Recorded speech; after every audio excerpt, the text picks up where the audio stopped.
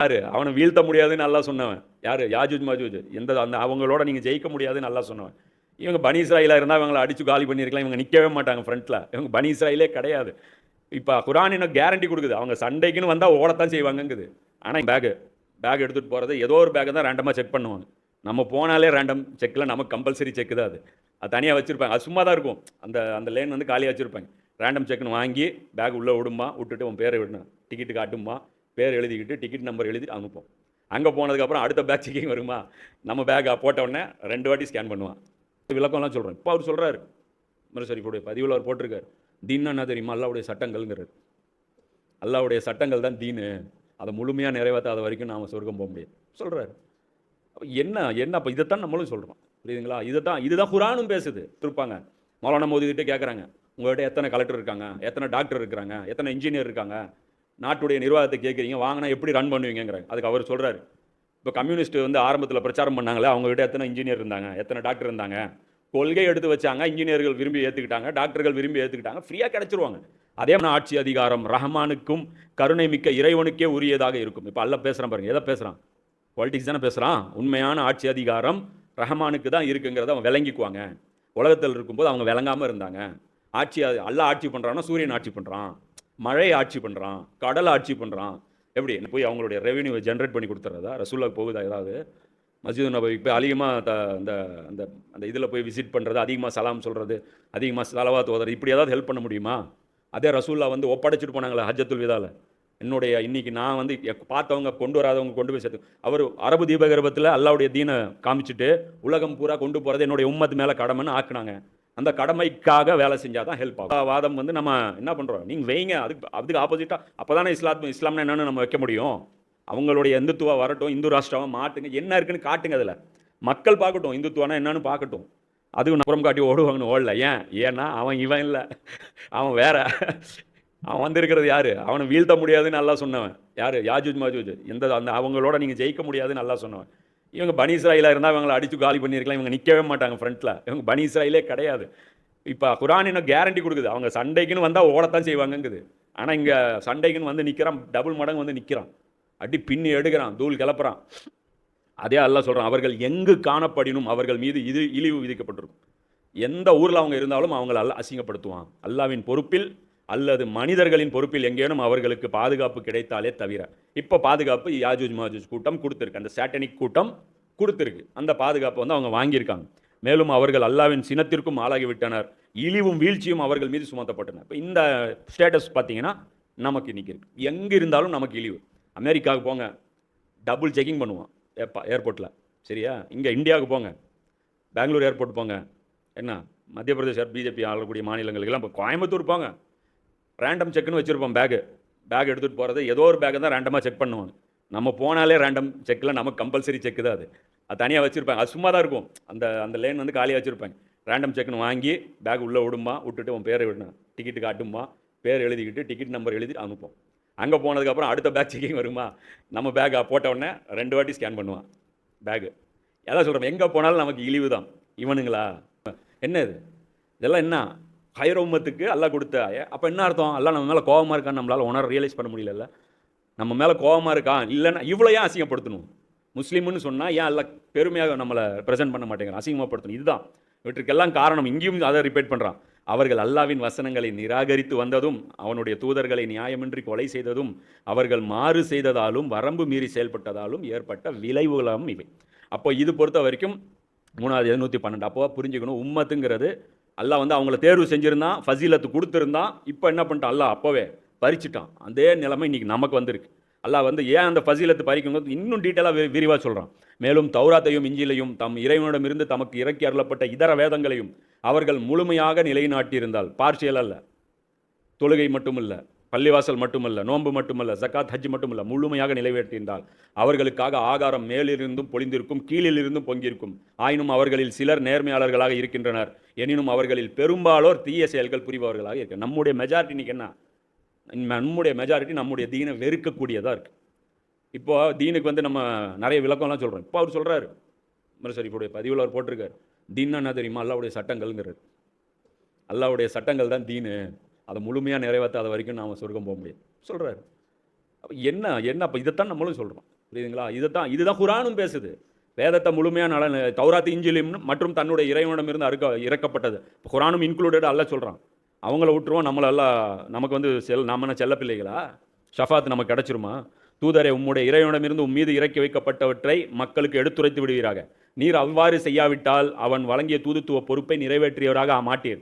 அல்லாஹ் உம்மை மனிதர்களின் தீங்கிலிருந்து காப்பாற்றுபவனாக இருக்கிறான். நிராகரிப்போருக்கு வெற்றிக்கான பாதையை அல்லாஹ் ஒருபோதும் காண்பிக்க மாட்டான். இப்போ ரசூலுல்லாஹ் அல்லாஹ் சொல்கிறான், வந்த செய்தியை முதல்ல எடுத்து வைங்க.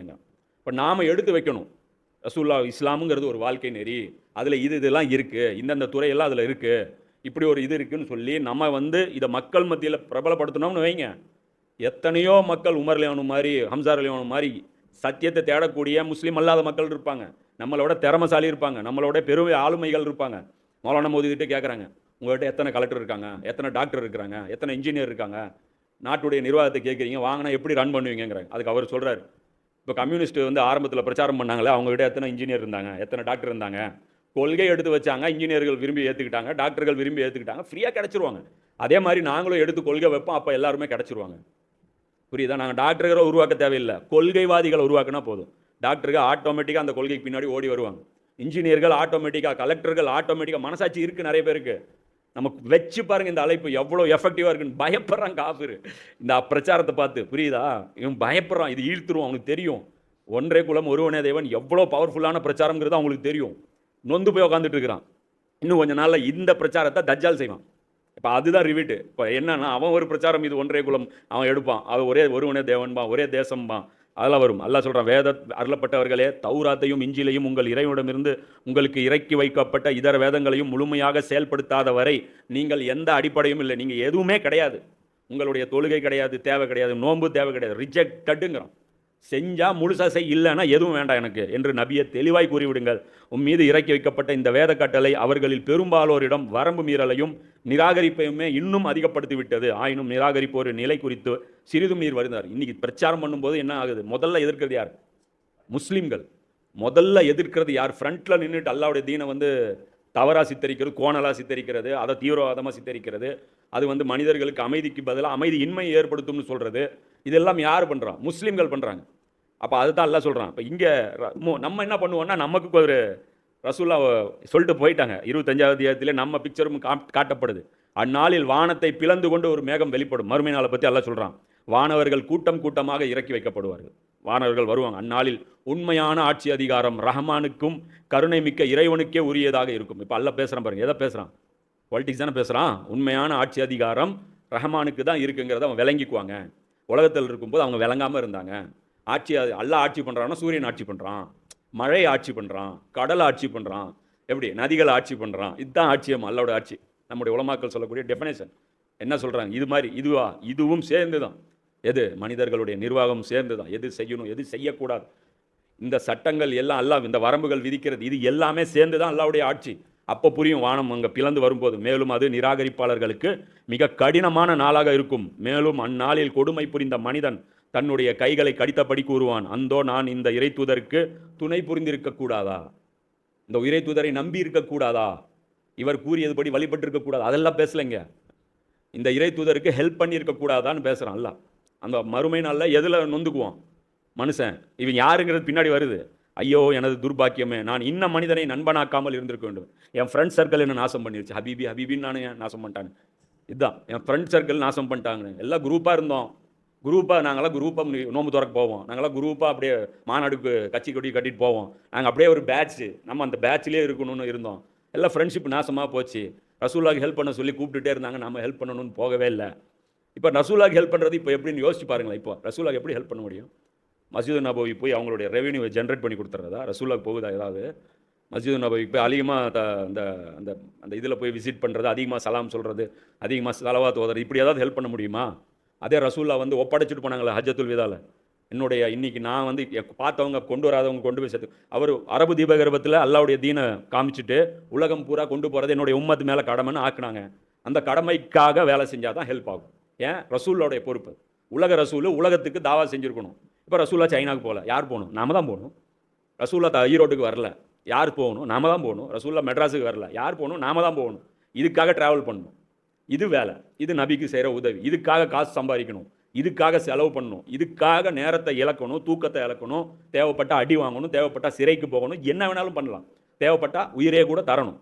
இது நபிக்கு நம்ம செய்கிற உதவி. இது செய்யலைன்னா மறுமை நாளில் இப்படி தான் இருப்போம். இந்த ரசூலுக்கு நம்ம உதவி செய்கிற அந்த வேலை செஞ்சுருக்கக்கூடாது. அவன் சொல்லுவான், ஐயோ என் துர்பாக்கியமே, இந்த மனிதனை நான் நண்பனாக்காமல் இருந்திருக்கூடாது, என் ஃப்ரெண்ட்ஸ் சர்க்கிள் என்னை நாசம் பண்ணிட்டாங்களே, நான் அவனுடைய வழிகேட்டுக்கு பலியாகி விட்டேன், என்னிடம் வந்த அறிவுரையை ஏற்காமல் இருந்து விட்டேன், ஷைத்தான் மனிதனை மிகவும் ஏமாற்றக்கூடியவன் என்பது நிரூபணமாகிவிட்டது. இப்படி ஏமாற்றிட்டானுங்களே, ஒருத்தருக்கு ஒருத்தர் ஏமாற்றிட்டாங்களே. கரெக்டாக தான் இருந்துச்சு, கேட்டதுக்கப்புறம் புரிஞ்சுதான் இருந்துச்சு, அதுக்கப்புறம் போய் உங்கள்கிட்ட விளக்கம் கேட்டேன், அவன் ஷியாமான்ட்டாங்க, அதுக்கப்புறம் தான் நாங்கள் வந்து வேணான்னோம், அப்போவே ஸ்ட்ரைக் ஆச்சு.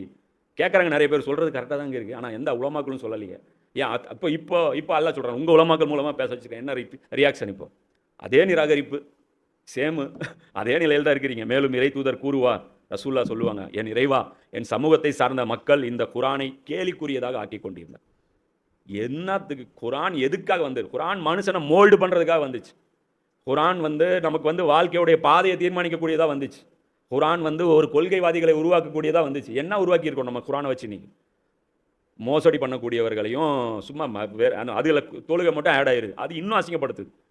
வேதத்தை வந்து இஸ்லாத்தை வந்து இன்னும் கேவலப்படுது. தொழுவும் செய்கிறான், பாவமும் செய்கிறான். என்ன இஸ்லாம் இது? இது எந்த ஒரு இஸ்லாம் இது? இப்போ நமக்கு இன்னும் அது டெவலப், அது ரிவர்ஸில் தான் போயிடுச்சு. அல்லாஹ் ரசூல்லா சொல்கிறாங்க, என் சமுதாயத்தை சார்ந்த மக்கள் குரானை கேலிக்குறி ஆகிட்டு. குரானில் இருந்த மீனிங் என்ன? குரான் விஷன் கொடுக்கணும், லைஃபுடைய பர்பஸை கற்றுக் கொடுக்கணும். அதை எங்கே கற்றுக் கொடுக்குறாங்க? எங்கே தாவா பண்ணுறாங்க? இந்த தாவா நடக்கணும், அது தான் கொடுக்கறது இல்லை. மனுஷன் வந்து பார்த்தீங்கன்னா எல்லாம் இருக்குது, ப்ளஸ் தொழுகை ஆகிடுறாங்க. இப்போ இன்றைக்கி பாருங்கள், பள்ளிவாசல்களில் அங்கங்கே போஸ்டர், மதச்சார்பின்மையை போற்றுவோம், வெல்லட்டும் மதச்சார்பின்மை. எந்த மதம் பாய்ஸ் எல்லாத்தையும் சேர்த்தா அதையும் சொல்லு, போடுங்க, இல்லை எல்லா மதத்துடைய சிம்பலும் போடுங்க, ஒளியட்டும் அனைத்து மதங்கள், அதையும் போடுங்க, அதையும் போடுங்க. ஏன் மதச்சார்பின்மை இது இருக்கணும்ல? எது? ஆமாம், அப்போ நம்ம மதத்தை முதல்ல தூக்கி போடுவோம், நம்ம பாக்கெட்லேருந்து தூக்கி போட்டால் தான் மற்றவன் அவன் மதத்தை தூக்கி போட்டு வெளியே வரணும். தஜ்ஜாலுக்கெல்லாம் வேலையே இல்லைன்னு நினைக்கிறேன். என்னத்தை போய் அவன் குஃப்ரு கொண்டு போயிட்டு இழுத்துட்டு வந்து அவனே பார்ப்போம், ஏன் தேவையில்லாம வந்துருக்கோம், நமக்கு ஆல்ரெடி நம்ம ஒர்க் ஜபர்தஸ்தாக போயிட்டுருக்கு, நம்ம வேற வந்து ஏதாவது பண்ணிட்டு இருந்தேன். அதான் எல்லாம் சொல்கிறான், இறை நம்பிக்கை கொண்டவர்களே, உங்களில் எவரேனும் தனது தீனை நெறியை விட்டும் திரும்பி விடுவாராயின் அல்லாஹ் வேறொரு சமுதாயத்தை உருவாக்கும். அரபுகளை நீக்கிட்டு வேற உம்மத்தை அல்லாஹ் உருவாக்கணும். அவர்கள் எத்தகையவர்களாக இருப்பார்கள் எனில் அல்லாஹ் அவர்களை நேசிப்பான், அவர்களும் அல்லாஹ்வை நேசிப்பார். இது அல்லாஹ்வுடைய முஹப்பத் சார்ந்த விஷயம். அல்லாஹ்வுடைய கண்ணியம் பால்படுத்தப்படுது, நமக்கு ஒன்றுமே உரைக்கலை. அல்லாஹ்வுடைய வசனம் கிண்டலாகப்படுது, எதுவுமே வரல. அதான் ஒருத்தன் பைஹக்கியில் வரக்கூடிய ஹதீஸ், ஜிப்ரீல் அலைஹிஸ்ஸலாம் அல்லாஹ் அனுப்பி ஒரு ஊரை அழிங்க அப்படின்னு சொல்லும். அப்போ ஜிப்ரீல் அலைஹிஸ்ஸலாம் சொல்கிறாங்க, அந்த ஊரை அழிக்க சொல்கிறாங்க, அங்கே ஒரு மிகச்சிறந்த ஒரு அடியார் இருக்கான், என் கண்ணிமைக்கும் நேரம் கூட உன்னுடைய வழிபாட்டிலிருந்து அவன் வந்து திசை திரும்புறதில்லை, அவனை என்ன பண்ணுறதுங்க? முதல்ல அவனை அழி, அதுக்கப்புறம் அதுக்கு மேலே அவன் ஊரை போடுங்க. ஏன் அப்படின்னா, ஊரில் அவ்வளோ அநியாயம் நடந்துட்டு இருந்தது, என்னுடைய மரியாதையின் காரணம், என்னுடைய அந்த கண்ணியத்தின் காரணமாக அவன் முகத்தில் சுருக்கம் கூட ஏற்படவில்லை, நெற்றி கூட சுருங்கல, அதாவது இப்படி சுருங்கிறது செய்ய இப்படி பண்ணுறாங்க. இப்போ நம்ம அல்லாஹ்வுடைய கட்டளைகள், மது கடை ரோடுக்கு இருக்குது, நம்ம என்ன பண்ணுறோம்? பள்ளிவாசலுக்கு போகிறோம், என்ன ஒரு 8க்கு ஒரு நன்மை, அப்படி கவுண்ட் பண்ணிட்டே போகிறோம். 10, 20, 30, 40, எத்தனை டாஸ்மாக் வருது, எத்தனை விபச்சார விடுதிகள் வருது, எத்தனை லஞ்சங்கள் நடக்குது, எத்தனை பேர் தற்கொலை பண்ணிட்டு வாழ முடியாது சாவறான், சூதாட்டத்தில் எத்தனை பேர், எத்தனை குடும்பங்கள் நாசமாக போகுது. இதுக்கெல்லாம் சூதாட்டை மது கீழே ஏதோ ஒரு பேப்பரில் நியூஸ் வந்துடும், கீழே ஒரு ஆயத் போட்டுருவோம், ஃபேஸ்புக்கில் போஸ்ட், மதுவையும் சூதாட்டத்தையும் பற்றி நபி உம்மிடம் கேட்கிறார்கள், இவை இரண்டிலும் கேடு உள்ளது, குரான் சொல்லுது பாரு. இதுதான் என்னது? தீமை தடுக்கிறான். தீமையை தடுக்கிறதுனா என்ன? தீமை நின்றுணும் சஜஸ்ட் பண்ணுறது இல்லை, தீமையே இருக்கக்கூடாது. அதுக்கு என்ன வேணும்? இன்றைக்கி அதிகாரம் இருந்தால் தான் இந்த தீமைகளை தடுக்க முடியும். அப்போ அதிகாரம் வேணும்னா உழைக்கணும், முஸ்லீம்கள் ஒன்றா இருக்கணும், ஒரே லட்சியம், ஒரே கொள்கை, ஒரே டார்கெட் வச்சு செயல்படும் போது அல்லாஹ் வெற்றியை தொடர்ந்து கொடுப்பான். பிரிஞ்சு பிரிஞ்சு பிரிஞ்சு போயிட்டோம், நமக்கு ஒன்றும் கிடைக்காது. அதுதான் அல்லாஹ் சொல்கிறான், அல்லாஹ்வை நேசிப்பார்கள். இந்த சிஃபத் என்ன? இந்த வர்ற நம்மகிட்ட இருக்க வேண்டிய சிஃபத், அல்லாஹ் விரும்பணும்னு வச்சிங்களேன், அல்லாஹ்வுடைய சேரை இன்னொருத்தவன் வாங்கி பிரித்து போட்டால் அதை வந்து நம்ம எப்படி அவங்களோட நம்ம எப்படி ஒட்டுறவு வச்சுக்க முடியும்? பெரிய பெரிய ஆலிம்கள் இப்போ எல்லாம் எதிரி கமிட்டியில் இருக்கக்கூடியவர், அவர் போய் திருமாவளவன் போய் கட்சியில் போய் சேர்ந்துட்டு அவர் போடுறாரு. இன்றைக்கி வந்து மோடி வந்து நேற்று ஒரு அறிவிப்பு செஞ்சுருக்கிறார், 140 கோடி பேரும் என்ன பண்ணுங்க, அந்த ராமர் கோயில் திறக்கிற அன்னைக்கு விளக்கு பற்ற வைங்க அப்படின்னு சொல்லிட்டாரு. இதை வந்து இவர் எதிர்த்து போஸ்ட் போடுறாரு. இவர் ஆலிம், அவர் எதிர்த்து போஸ்ட் போடுறாரு. இவர் விடுதலை சேர்த்துருக்கார். மத சார்பின்மை நாட்டில் இருந்து கொண்டு இப்படி ஒரு தலைவர் பேசலாமா?